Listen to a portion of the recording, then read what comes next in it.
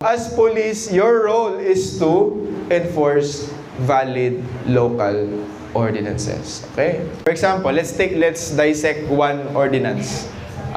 Wag na yung scalping. Yung smoking, anti-smoking ordinance. Ano yung public interest? Yung mga right natin to fresh air, di ba?